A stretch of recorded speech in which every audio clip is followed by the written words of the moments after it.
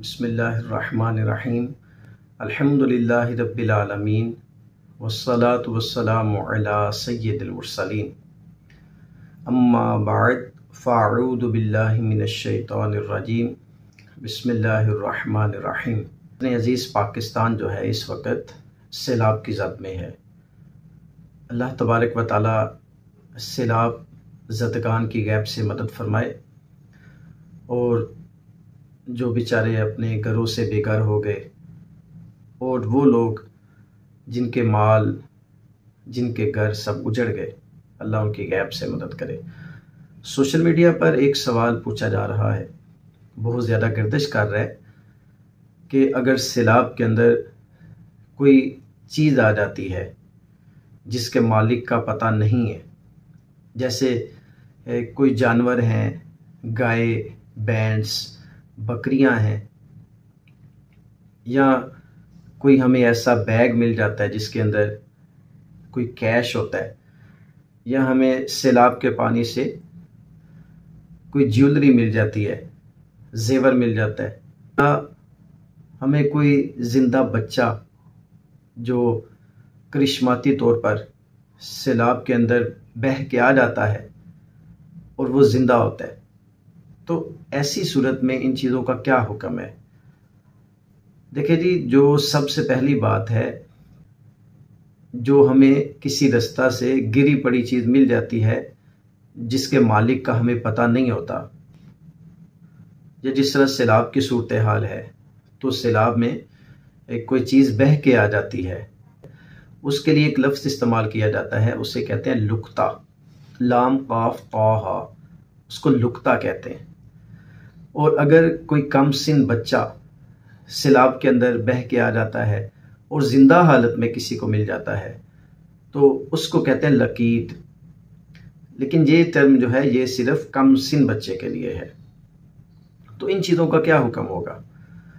तो फुकाहाए किराम ने इसके बारे में यही लिखा है कि जो चीज़ हमें गिरी पड़ी या सैलाब के अंदर से, पानी के अंदर से हमें मिल जाती है, तो उसका हुक्म जो है वो ये है कि वो चीज़ हम अमानत के तौर पर उठाएंगे। वो चीज़ अपने तसर्रुफ़ में लेने के लिए नहीं उठाएंगे, क्योंकि हमारा दीन इस्लाम इसके मुतल्लिक़ भी हमारी रहनुमाई करता है।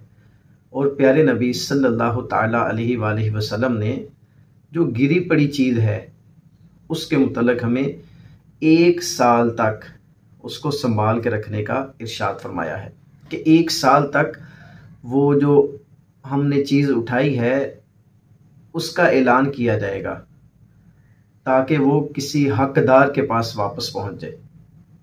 जिस तरह के सैलाब की सूरत हाल है, तो सैलाब के अंदर ऐसा है कि अब हमें नहीं पता कि ये चीज़ इंडिया से आई है या हमें ये जो चीज़ है ये कश्मीर से आई है पानी के अंदर बह के। उस सूरत में हमें फिर सोशल मीडिया का सहारा लेना पड़ेगा। फिर फेसबुक के ज़रिए, ट्विटर के ज़रिए, इंस्टाग्राम के ज़रिए, यूट्यूब के ज़रिए, कोई भी ऐसा फोरम जिसको हम इस्तेमाल कर रहे हैं उसके ज़रिए हम ऐलान करेंगे।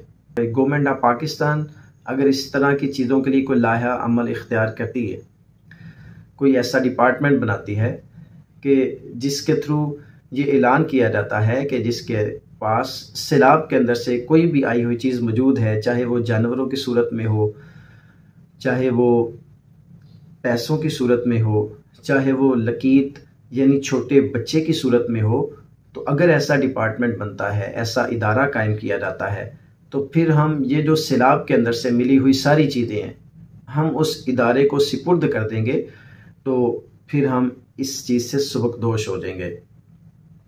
मतलब हम फिर अमीन करार पाएंगे, अमानत को वापस करने वाले करार पाएंगे।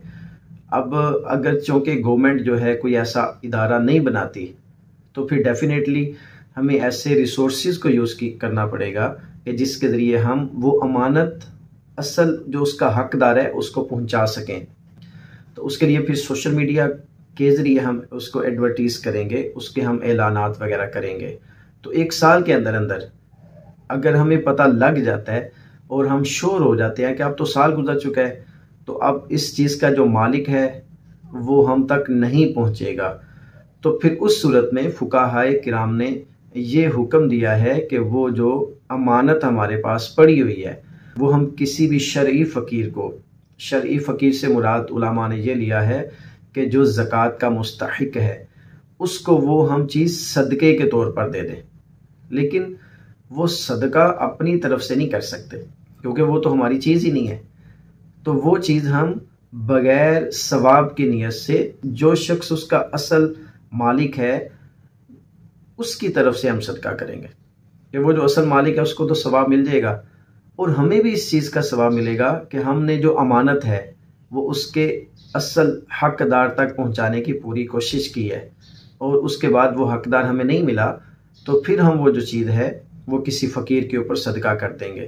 तो उस नीयत का और उस अमानत को संभाल के रखने का जो अजर है वो अल्लाह तबारक व तआला हमें नसीब करेंगे और जिसकी तरफ से जो असल उसका मालिक था उसको तो उसका सवाब मिलेगा ही मिलेगा। कभी ऐसा होता है कि सैलाब में से आने वाला जानवर जो है वो किसी ऐसे शख्स के पास पहुंच जाता है जो उनको पालना नहीं जानता या उनको चारे वगैरह का इंतज़ाम नहीं कर सकता, तो उसको चाहिए कि वो जानवर बेच दे और बेचने से जो पैसे हासिल हों उनको अपने पास संभाल के रख लें और जब कभी किसी शख्स का पता चले कि ये जानवर उसके थे तो उसको वो पैसे वापस लौटा दे। फिर अगर हमें कोई छोटा बच्चा, कम सिन बच्चा मिल जाता है, हमें चाहिए कि हम उसकी तशहीर करें ताकि वो जिसका भी बच्चा है वो उसको वापस मिल जाए। आप सबको पता है कि औलाद कितनी प्यारी होती है, बेटे बेटियां कितनी अल्लाह ताला की नेमत हैं, तो हमें उनके असल जो वालिदैन हैं उन तक पहुंचाने की कोशिश करनी है। चाहे हमें गवर्नमेंट ऑफ पाकिस्तान से उस सिलसिले में रब्ता करना पड़े तो हमें गवर्नमेंट के अदारों से भी उस सिलसिले में रब्ता करना पड़ेगा। और अब तो कोई मुश्किल रह नहीं गई, हर चीज़ मीडिया के ऊपर मौजूद है। टीवी चैनल पे एक ख़बर चलेगी तो उसके जो असल वालिदैन हैं उनका भी उम्मीद है कि पता लग जाता है। तो इस तरह से अगर हमें कोई गिरी पड़ी चीज़ मिल जाती है, अगर सैलाब के अंदर इस तरह की कोई चीज़ हमें मिल जाती है तो हम इस नीयत से उसको उठाएंगे कि अगर हमने ना उठाया तो ये चीज़ ज़ाया हो सकती है या कोई ऐसा शख्स इसको अपने कब्ज़े में ले सकता है कि जो इसको असल हकदार के पास नहीं पहुंचाएगा। क्योंकि मौजूदा जो हालात हैं वो इसी तरह के हैं कि अमानतों की पासदारी, अमानतों की वापसी का लिहाज नहीं किया जाता है। तो फिर कोशिश यही करें कि वो चीज़ हम उठा लेते हैं तो उसको उसके असल हकदार के पास ये लाजमी तौर पर पहुंचाएं। ये जो दुनियावी माल है ना, ये सारी चीज़ें वक्ती हैं। आज किसी के पास है तो कल ये किसी के पास होगा।